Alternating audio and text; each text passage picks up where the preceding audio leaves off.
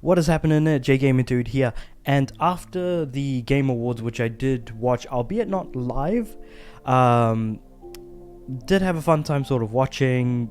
Was kind of sad that, devs were getting pushed out and only given 30 seconds for their actual, speech that they give. But with that being said, there was one particular announcement in the entire show that blew my mind besides Monster Hunter Wilds, which I feel like I might actually talk about my history of Monster Hunter in a different video, but this time around it's going to be all about Sega. Now, having been growing up as a Sega kid, as a fan of Sonic the Hedgehog, Crazy Taxi, Comic Zone, because I lean more into that sort of space, so Restar as well, for anyone who remembers that. That was a good one. Columns was also big in the household, weirdly enough. I don't really know why. Alex Kidd in Miracle World, that's also good. But Sega announced sequels to Jet Set Radio, Crazy Taxi, Shinobi, Golden Axe, Streets of Rage.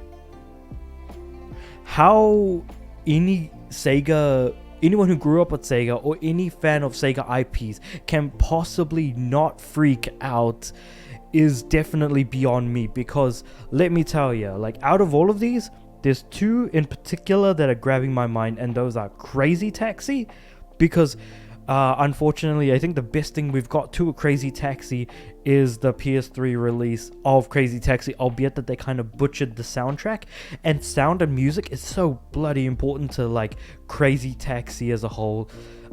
It certainly is no Carmageddon, but it doesn't have to be. The style is always there, driving like a madman to get people from one place to another. But another one, Jet Set Radio, is coming. Another one. Now, is it a sequel? Is it a remake? Is it a re-release?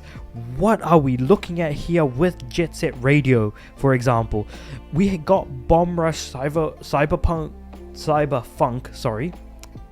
recently, which was kind of like a spiritually akin to Jet Set Radio type of game. And if you like your skateboarding games, if you like your Tony Hawk, you like your not even Tony Hawk, but if you go down maybe more so the the Skate franchise, for example. So if you like Skate, you like more sort of simulated skateboarding and things like that, so you'd lean more towards a session skate sim or those other sorts of games. If you are more of a Tony Hawk fan, this may be a little bit more up your alley, because it does not, Jet Set Radio has never been realistic. It's always had sort of an essentially floaty style of movement, so that if you jump, you do feel as if you're floating rather than jumping in a realistic manner or any real way. So when it comes down to the way in which the rollerblading works in that game, that's kind of how it feels.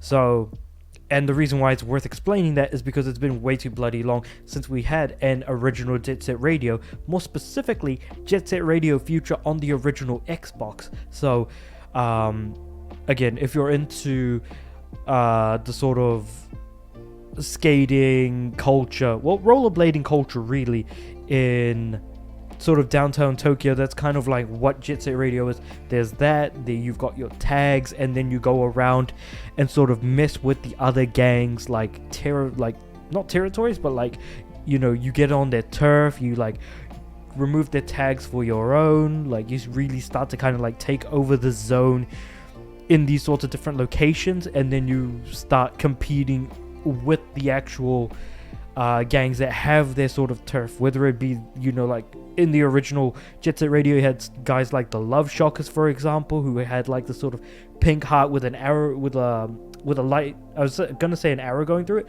It's actually got lightning going through it. Yeah, it's great.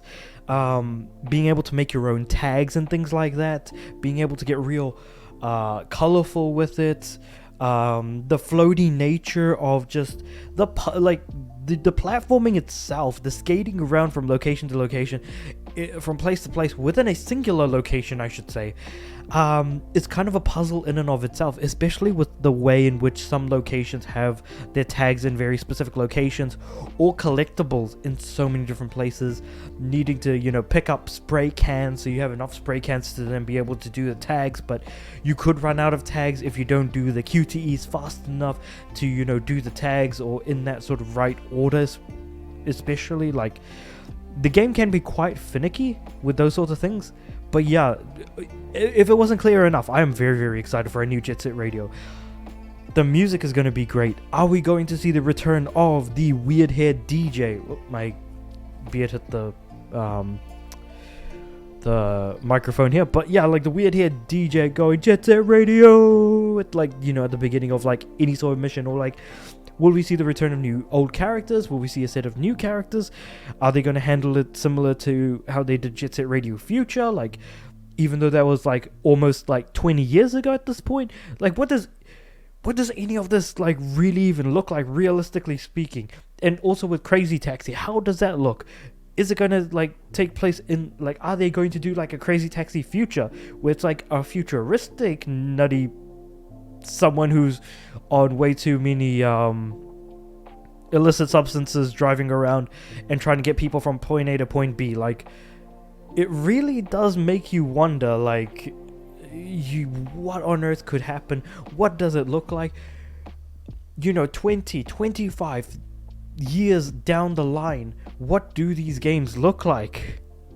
You know what I mean? It's nuts to think about. That's how old some of these franchises are. They're classics because they were incredibly fun.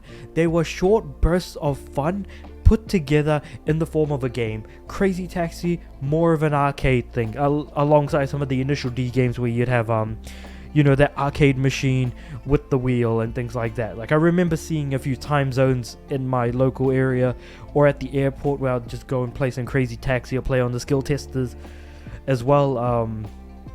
Jet Set Radio, on the other hand, I just spent way too much time trying to unlock Potts the dog, which was, I think, the final character I had left to unlock in the game, which requires you to do a second playthrough, but you get the idea. Like, if you've played Jet Set Radio, you know exactly what I'm talking about, and if you don't, then I highly recommend looking up some gameplay. Just do know that if you're into skating and you want to get a feel for what that skating feels like, definitely more on the floaty end than anything realistic or anything along those lines. Anyway, and then moving on from that, Streets of Rage. We did get Streets of Rage 4 recently, and that was excellent. That was exceptional. So what does more Streets of Rage look like now, since now they kind of have like a basis for what a exceptionally good side-scrolling beat-em-up look like? A side-scrolling brawler, essentially. Shinobi, I don't know how you would do that, and Golden Axe would definitely fall in line similar to Streets of Rage. So I feel like you could make an excellent Golden Axe, but please, nothing like the PS3 360 game Golden Axe Beast Rider. That was a god-awful game, and if you just realized that there was a Golden Axe game that came out on PS3 and 360 called Golden Axe Beast Rider, it's good that you don't, it's better off that you didn't know that. But anyway, massive Sega fan, alright? I'm freaking the hell out. This is exceptional, this is excellent, I am so happy, but at the same time, I do worry about the modern day. You know, what does a game in the modern day look like from classic Sega franchises? Not just for like what the game's going to be, but also what is the monetization going to be like? How are they going to try and get extra money out of us? That's what I worry about. Is it going to be like the coin arcade cabinets of Crazy Taxi from back in the day, but in a more modern style with a free-to-play version? I hope not. I genuinely hope not. But that is a fear to be averted when we do hear more information from Sega in the future. But until then, this was a Sega fan freaking out. Put into the comments below if you guys are Sega fans as well, if you're fans of any of these franchises, because I know I haven't talked about Shinobi much, but that's because I wasn't really much of a fan of Shinobi, to be completely honest, even though I did play it as part of many of the Mega Drive collections that we've seen throughout the years. But yeah, comment below please on anything that you thought about in this video, about this announcement, and anything and everything else in between. Like the video if you liked it, and of course subscribe to the channel. I do want my videos to go to more people, but I'm also aiming for 100 subs by the end of the year. But with all that said and done, I do upload every day, so I'll see you guys tomorrow.